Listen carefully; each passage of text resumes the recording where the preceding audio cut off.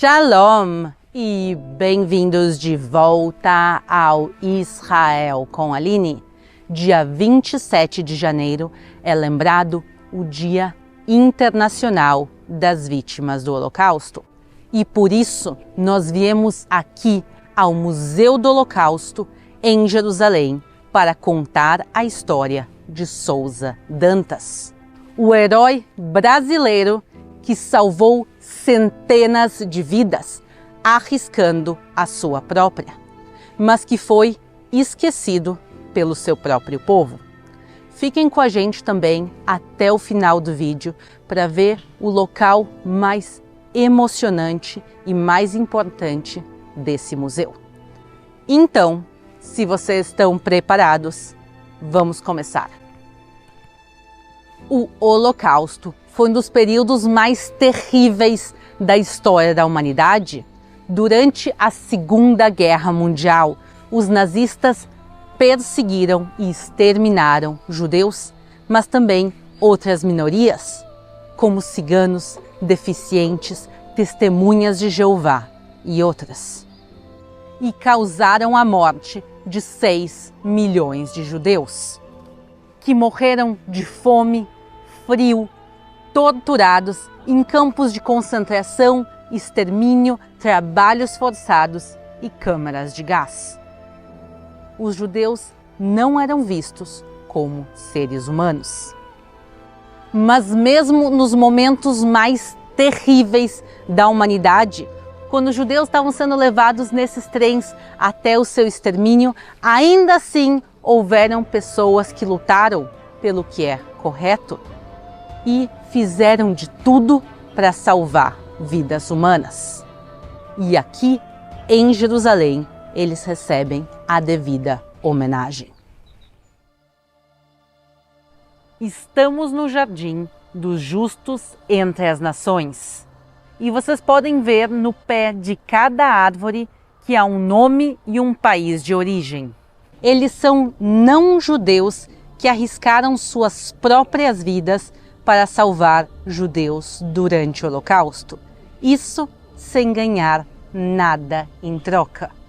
E há mais de 27 mil justos, e por isso as árvores sobem aqui e formam uma grande floresta. E entre esses justos nós temos brasileiros e portugueses. Vamos conhecer eles agora.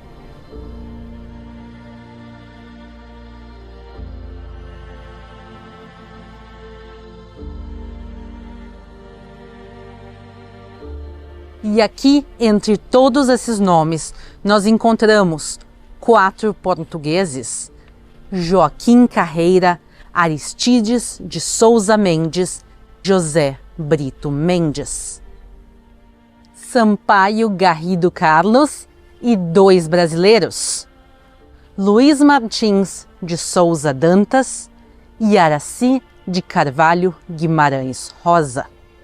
E Luiz Martins de Souza Dantas tem uma das histórias mais impressionantes desse lugar. Agora vamos ver como ele arriscou a sua própria vida e carreira para salvar judeus durante o Holocausto. Souza Dantas nasceu em 17 de fevereiro de 1876 no Rio de Janeiro e já cedo entrou para o corpo diplomático brasileiro. Em 1922 foi enviado como embaixador do Brasil na França, um cargo de muito prestígio, e ele tinha uma ótima vida em Paris. Mas ele começa a ficar preocupado em 1933, quando Hitler sobe no poder na Alemanha e começa a passar leis raciais e começam as perseguições. E ele começa a ver o sofrimento destes judeus e destas minorias. Mas o que ele não podia imaginar é que poucos anos depois, em 1940, os nazistas iriam invadir a França e tomar Paris. A França vai ser dividida. O norte vai ser controlado pelos nazistas e o sul vai ser a Zona Livre Francesa e a nova capital vai ser Vichy.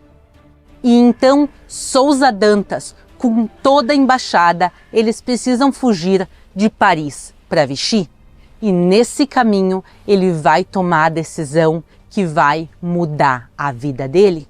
Ele decide lutar pela vida humana e pelo que é justo. No caminho, Sousa Dantas encontra dezenas de pessoas que precisavam desesperadamente de vistos, porque naquela época judeus só podiam fugir e se salvar da Europa nazista se eles tivessem visto de entrada a outro país. E naquela época, a maior parte dos países do mundo tinham fechado as suas fronteiras para a imigração judaica.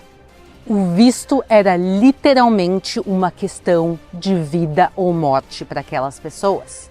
Então, por que Sousa Dantas não simplesmente dá visto a todas aquelas pessoas a irem para o Brasil?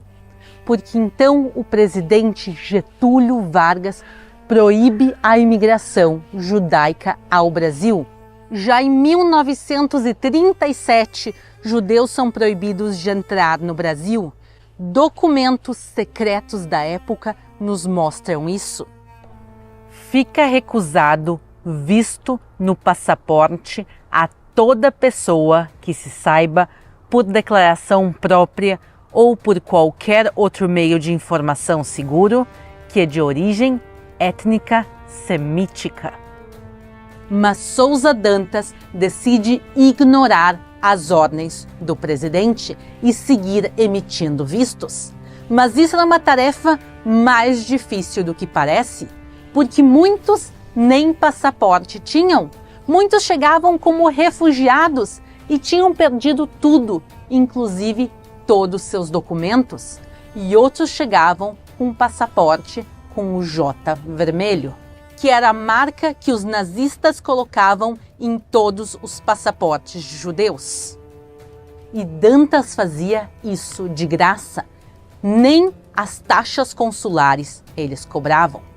Mas depois de um tempo, Getúlio Vargas ouve o que Sousa Dantas estava fazendo e manda reprimi-lo. É proibido Sousa Dantas emitir qualquer visto. Mas vocês acham que Sousa Dantas iria parar?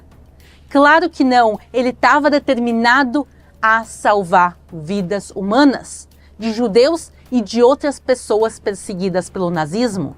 E por isso ele continua emitindo vistos, mas ele colocava como a data de emissão anterior à proibição por Getúlio Vargas.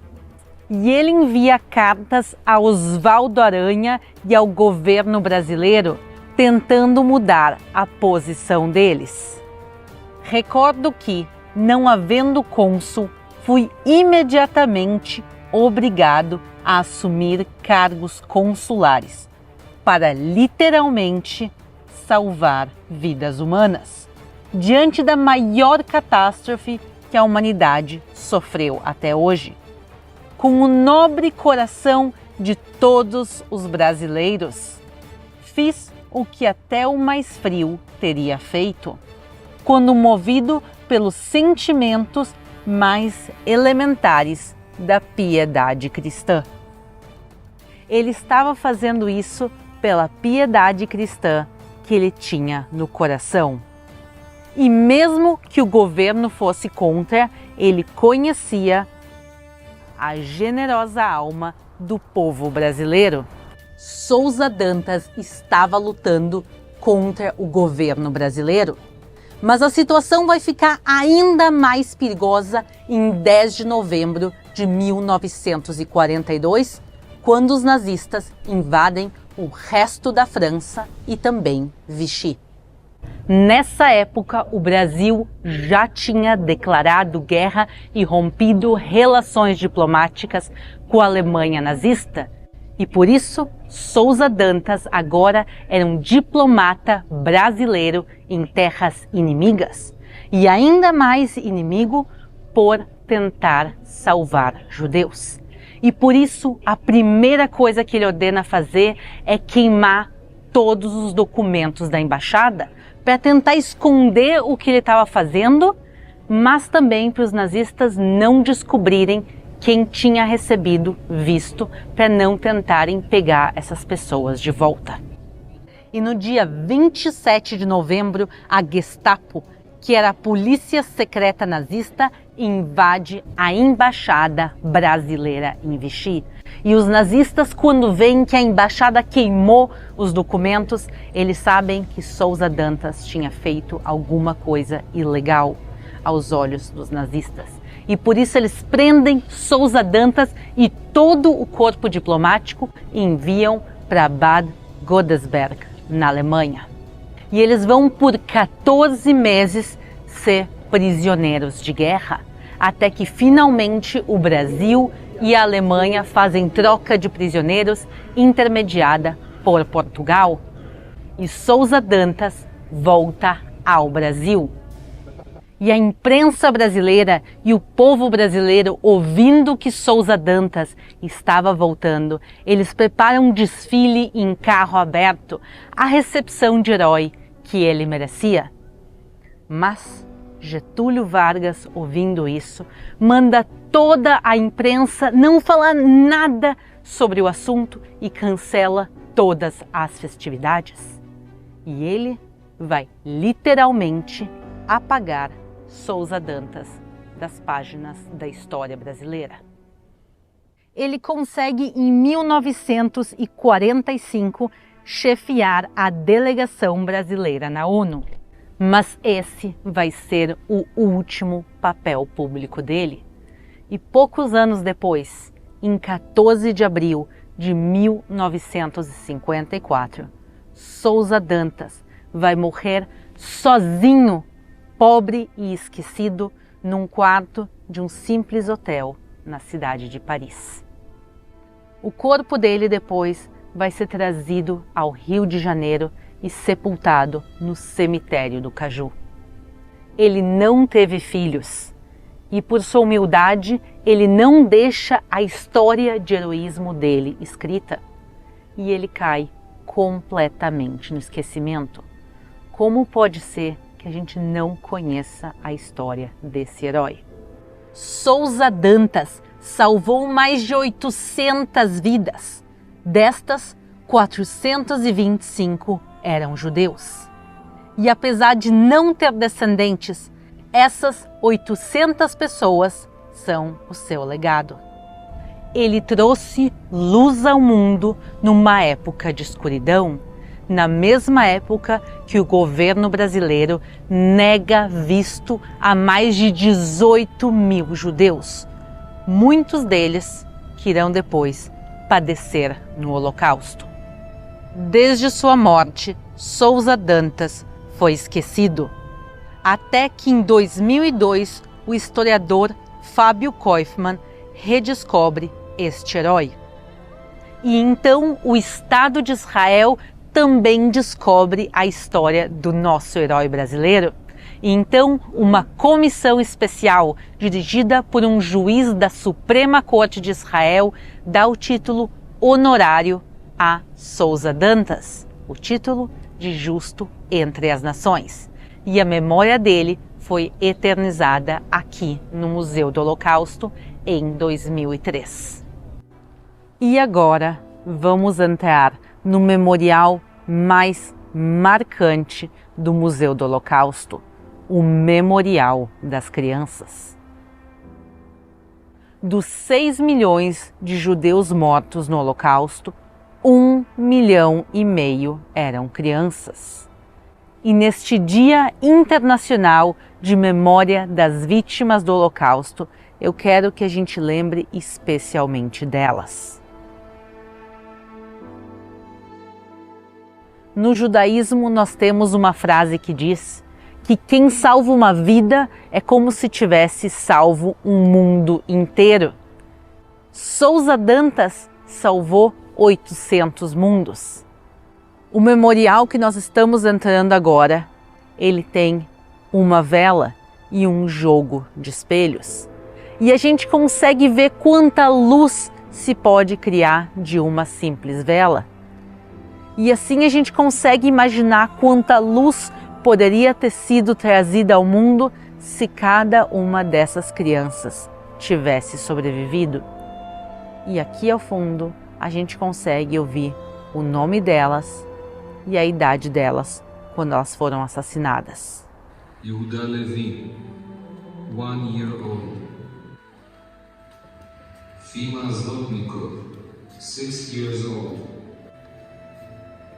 E agora eu peço a você que deixe o like nesse vídeo e compartilhe ele para manter a memória de Souza Dantas, dos outros justos entre as nações e dos 6 milhões de vítimas do Holocausto vivas para as futuras gerações. Muito obrigada e até a próxima.